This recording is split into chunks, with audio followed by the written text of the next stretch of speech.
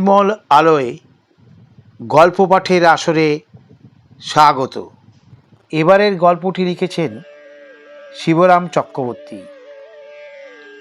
গল্প পাঠের আগে আপনাদের কাছে আমার অনুরোধ, যারা এখনও চ্যানেলটিকে সাবস্ক্রাইব করেননি তারা সাবস্ক্রাইব করে দিলে বাধিত হব।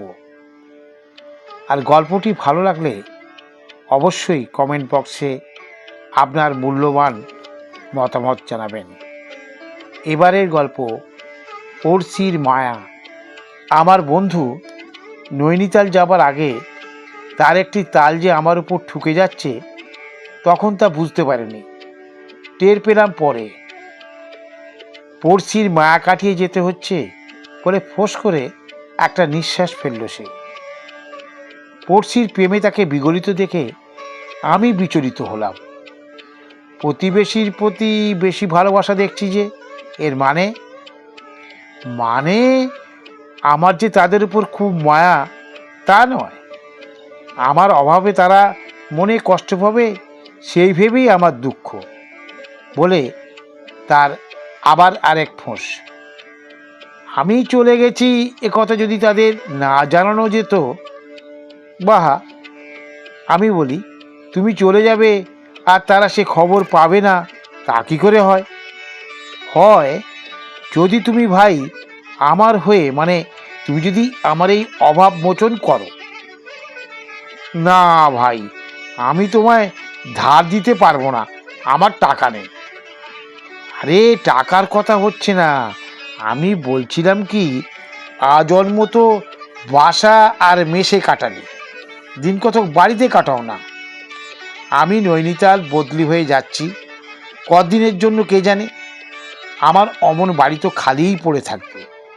ওয়েল ফার্নিশড হাউস, খাট বিছানা দেরাজ আলমারি সোফা সেট সবই এখানে থাকবে, কিছুই নিয়ে যাব না। তার উপর ফ্রিজ আছে, ফ্যান আছে, ফোন আছে, আর কি চাও? বাসার ভাড়া না গুনে যতদিন না আমি আসি আমার বাড়িতে গিয়ে বাস করো না কেন? তোমার অত বড় বাড়ির ভাড়া দেবো কোত্থেকে? আরে ভাড়া কে চাইছে তোমার কাছে? কেয়ারটেকার হয়ে থাকবে তো? আমার চাকরকে রেখে যাব, সেকেন্ড ক্লাস সার্ভেন্ট ওরফে ফার্স্ট ক্লাস কুক, সব রকম রান্না জানে। তার বেতনটা কেবল তোমায় দিতে হবে। তা নয় দিলুম, কিন্তু তোমার অভাব মোচনের কথা বলছো যে, আমার দ্বারা কি করে হবে সেটা? তোমার পড়শিরা যখন তোমায় দেখতে পাবে না, মাথাও ঘামাবে না। ঘরের আলো জ্বললে তারা ধরে নেবে আমি আছি, কোথাও হয়তো কাজে বেরিয়েছি, ফিরবো এক্ষুনি, এমন কিছু তারা একটা আঁচ করে নেবে। আমার চাকরকে দেখতে পেলেই তারা বুঝবে আমি আছি, বুঝলে কি না? তুমি চলে যাবে আর তারা সেটা দেখতে পাবে না। আমি নিশুত রাত্রে কাটবো আজ রাত্রেই, খালি একটা সুটকে সাথে নিয়ে। তুমি কাল সকালে সুবিধে মতো গিয়ে সেখানে ওঠো, কেমন? চাকরকে আমি সব বলে যাব। সকালে যখন বন্ধুর বাড়িতে পা বাড়ালাম, দেখি ড্রয়িং রুম ভর্তি লোক, একখানি খবরের কাগজ নিয়ে পড়ছেন সবাই।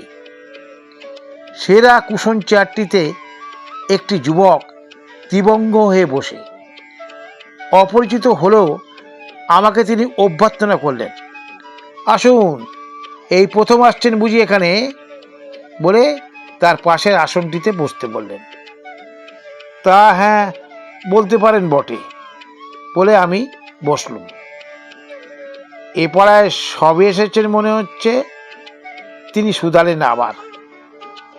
সে সত্যি কথা, সায় দিতে হলো আমায়।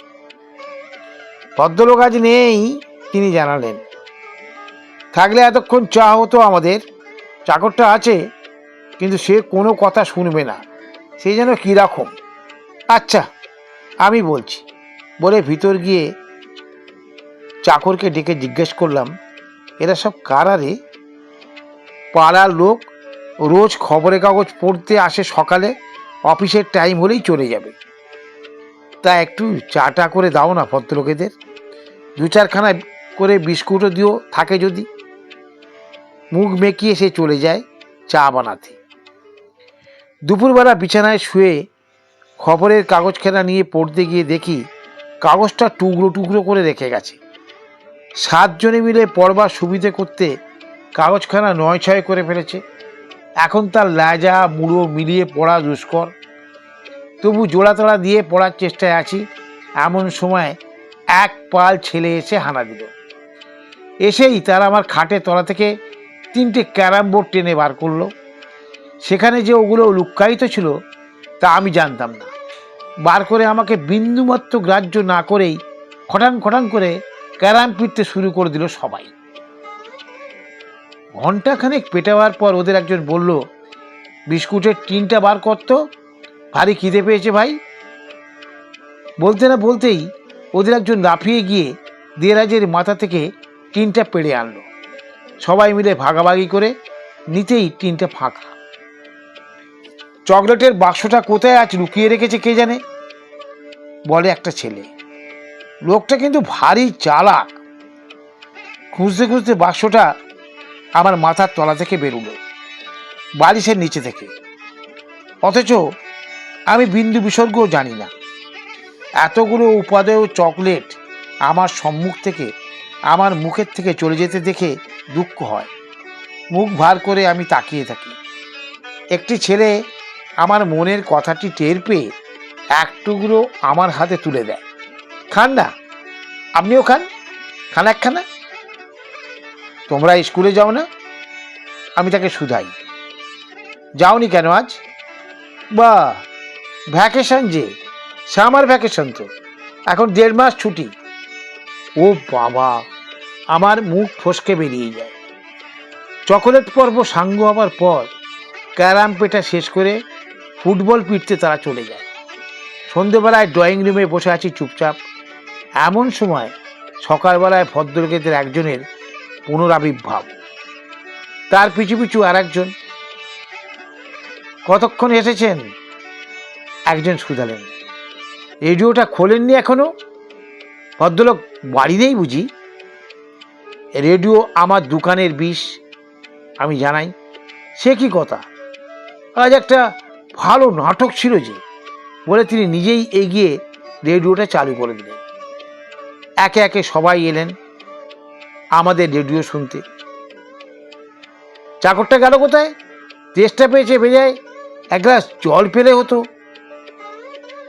বাজারে গেছে বোধহয়, বলে আমি নিজেই জল আনবার জন্য উঠতে যাচ্ছি, কিন্তু আর এক ব্যক্তি বলে উঠল, যাও না হে, ফ্রিজটা খুলে নাও না গিয়ে নিজে, বোতল বোতল ঠান্ডা জল ভর্তি রয়েছে, কত খাবে। বলতেই পিপাসার্ত ভদ্রলোক উঠে গেলেন। সঙ্গে করে তিনি নিয়ে এলেন 3 বোতল জল, গোটা 10 গ্লাস, আরও কয়েক বোতল তিনি প্রকাশ করলেন নিজেই। এগুলো ফ্রিজের ভেতর পেলাম, পাইনাপেল, অরেঞ্জ আর ম্যাঙ্গো সিরাপ। এসো শরবত করে খাওয়া যাক, খাসা হবে। কতকগুলো বরফের টুকরো এনেছি, এই যে। গিলাস গিলাস বরফি শরবত ঘুরতে লাগলো হাতে হাতে। আমি ওদের একজনকে আড়ালে পেয়ে বললাম, এতই যদি আপনার রেডিওর শখ, কিনতে পারেন তো একটা। ট্রানজিস্টার সেট, দাম আর কত, এমন বেশি নয়। তাহলে বাড়িতে বসেই শুনতে পারেন আরাম করে। রেডিও কিনে বাড়িতে বসে শুনবো, বলেন কি আপনি? তিনি বললেন, পাগল হয়েছেন? এখানে পাখার তলায় কুশানে বসে এমন আরামে রেডিও কিনি, আর যত পাড়ার লোকেরা বাড়িতে এসে ভিড় জমাক। বাড়িতে রেডিও রাখার ভারী ঝামেলা মশাই। ভদ্র মহোদয়রা বিদায় নিলে 1 মাসের মাইনে আগাম দিয়ে চাকরকে আমি বিদায় দিলাম। তারপর নিশুত রাতে সদরে তালা দিয়ে বন্ধুর বাড়িকে তালাক দিয়ে উঠলাম এসে মেশে নিজের বাসায় পড়ছির মায়া কাটিয়ে। নমস্কার।